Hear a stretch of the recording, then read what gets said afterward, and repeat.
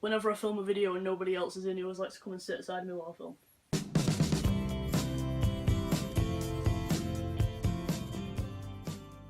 Hey, so as you can see by the title, today is going to be a Q&A video. So I asked you guys over on Instagram to ask me some questions. And I got a fair few, so I'm going to be answering some questions from you now. So the first question is, how do you handle dysphoria? And they also put, if you experience dysphoria, because I know that everybody doesn't. So I handle my dysphoria basically in, might sound like a weird way, but I basically just try and ignore it as much as possible. Like I don't just go, oh no, I'll just ignore it, because I know it's not that easy. But I do what I basically do for depression and low moods in general anyway, which is distraction techniques.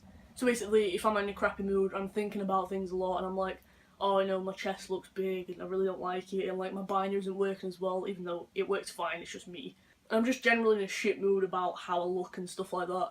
Then I do some things that I enjoy, some things to take my mind off of things, so I don't really think about anything apart from what I'm doing. And for everyone, those are different things. For me, it's more watching YouTube, playing games, listening to music, that sort of thing. And I found that really helps a lot with dysphoria and with every other time that I'm just sort of in a low mood or worrying about things. Kind of just takes your mind off of it and lets you not think about it for a little while. I actually made a separate video all about distraction techniques, so if you're worried about dysphoria, not sure how to handle it, you might want to give that a go. I'll link that everywhere, so you can go check it out, might just help you out a little bit. And someone else asked, I have a binder but I'm terrified to wear it, is there any reason to be scared? Absolutely not. A binder is made to safely be able to bind your chest and make it look less female chesty and more male chesty. For lack of better words, I don't really know how to put that any other way. But yeah, it's completely safe as long as you've got the right size. Like if you wear it, it shouldn't be really uncomfortable. Like it'll probably be a bit uncomfortable because it is pushing down in your chest a little bit, but it shouldn't be hard to breathe and it shouldn't be digging in and really hurting you. And if it is, then you've most likely got a smaller size, so you want to go a size up because it's meant to just flatten in a safe way and it shouldn't be hurting you to breathe because then it's dangerous. And also just make sure that you wear it for like only up to 8 hours and give yourself regular breaks. And any days that you're not going out and you don't need to bind, I would suggest just having a binderless day. And it's a really nice relief when you can just sit and not have a binder on. It's just that little breath of fresh air, like, oh, I feel so free. And my main man TJ asked a question.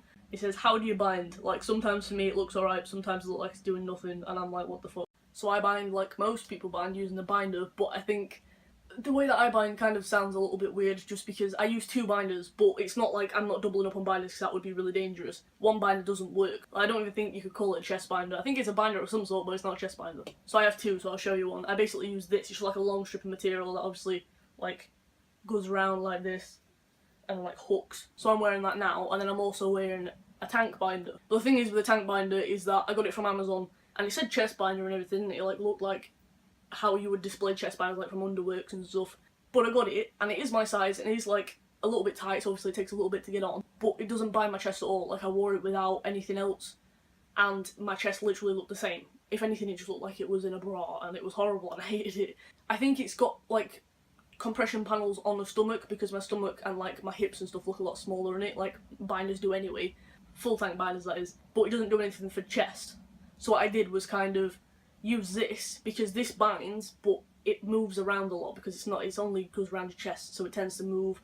And the first time I wore it, I had a bit of a mishap. We went crazy golf with my cousin, and things released themselves. And Mum had to like stand in front of me while I sorted it out. It was really embarrassing. So basically, I wear the tank binder over the top of that binder, and that basically just keeps that one in place, stops it from moving around so much. It still moves around a tiny little bit, like any other binder would, but it stops it from moving the majority that it would have done. And also it like binds my stomach, I suppose. It just like sucks everything and gives like more of a masculine rather than feminine shape. And because I like pull it right down, it does ever so slightly help the binder on the chest. But it's not all comfortable. It feels like any other binder. Like I have a half binder that I use very occasionally, like mainly in the summer or when my other binding's in the wash and it's like not done and I can't wear it immediately because it doesn't bind as well, but it works. I kind of just wear it like baggy stuff. But yeah, this doesn't like in any tighter than any other binder. Someone else asked, how do you deal with sports in school because you can't wear a binder while sporting?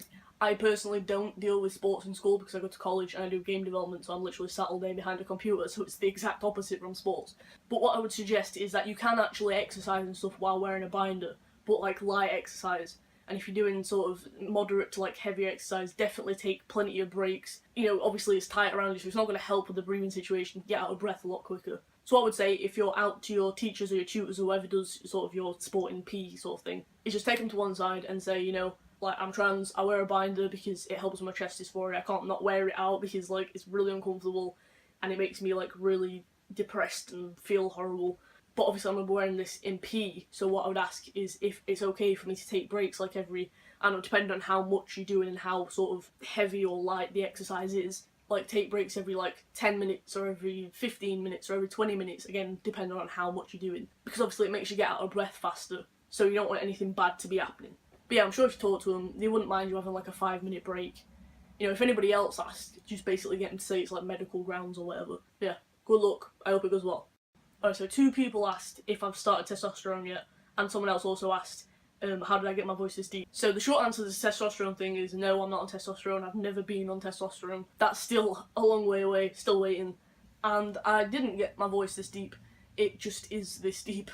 It's kind of just pure luck and the fact that my voice sounds like this. But I did actually, before I came out, because my voice, this isn't my natural voice, this is just how I talk. But before I came out, I tried to over-feminise my voice a lot because people used to like take the piss, go, oh, you sound like a man and stuff, and obviously I wasn't out, I didn't want to come out, and I was like scared and stuff, so I did a lot to try and sort of over-feminise myself, like try to make my voice higher and sort of dress more girly. I still hated dresses, occasionally I would wear them, but otherwise I just kind of wear more girly, kind of, not too girly, but girly enough to be like, I'm a girl, yay. But yeah, so I like tried to make my voice high every single day, like at school, at home, just in general, because I wanted to not get the piss ripped out of me. So after I came out, it was weird because I'd basically, like how some trans guys who are pretty do like voice training to make the voice sound deeper because they have quite high voices, and then like MTF women will generally do voice training to make them voices sound higher because like estrogen and stuff doesn't like make your voice higher. Like testosterone will make your voice drop, but I don't think estrogen makes it higher. I might be wrong, but I basically voice trained as a trans woman would. So my voice was really deep and I used to get the piss taken out of me for it, so I tried to make my voice higher. Like I didn't actively go out and be like voice training, find videos and like practice it and stuff.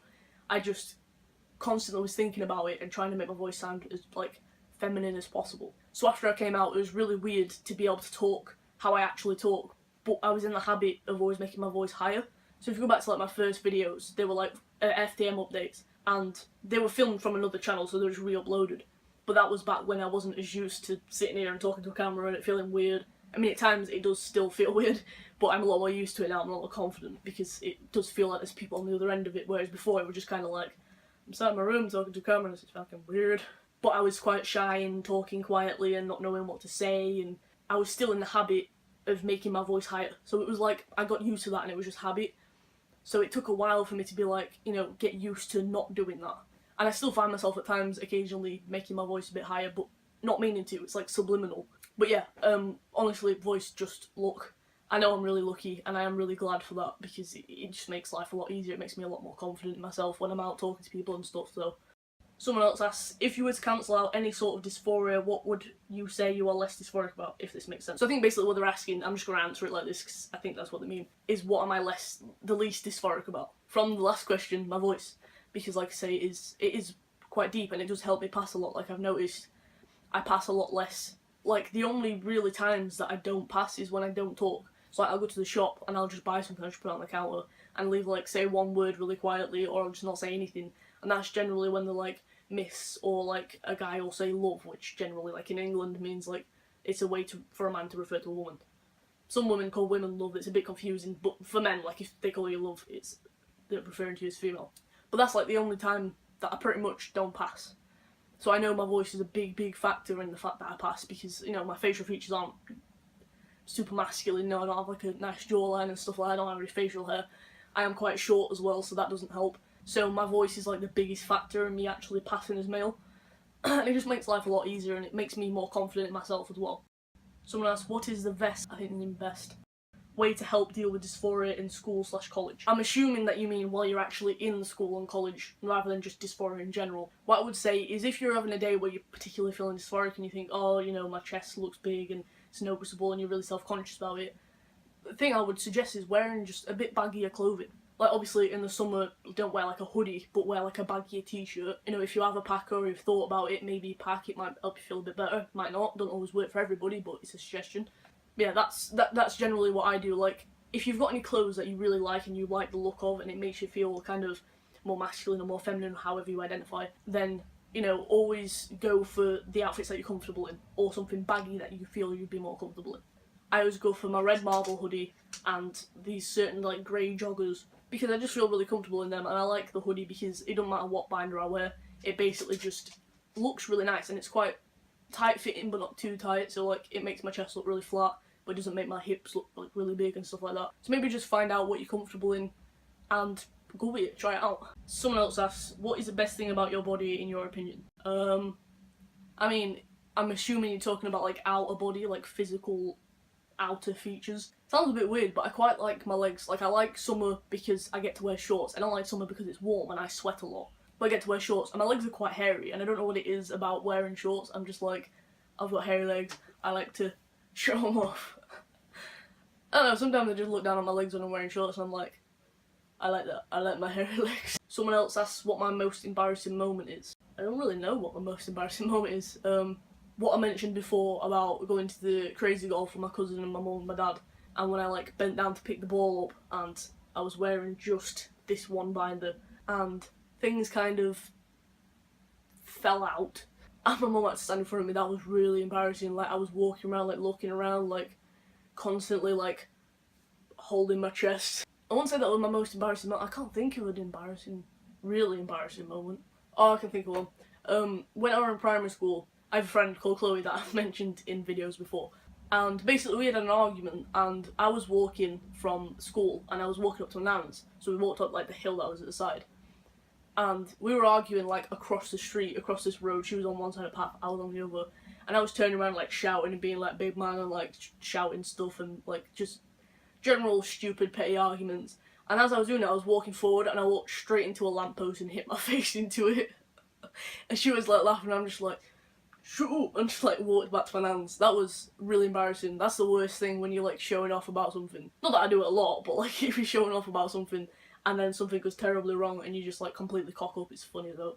So yeah, probably that, for lack of thinking of anything else.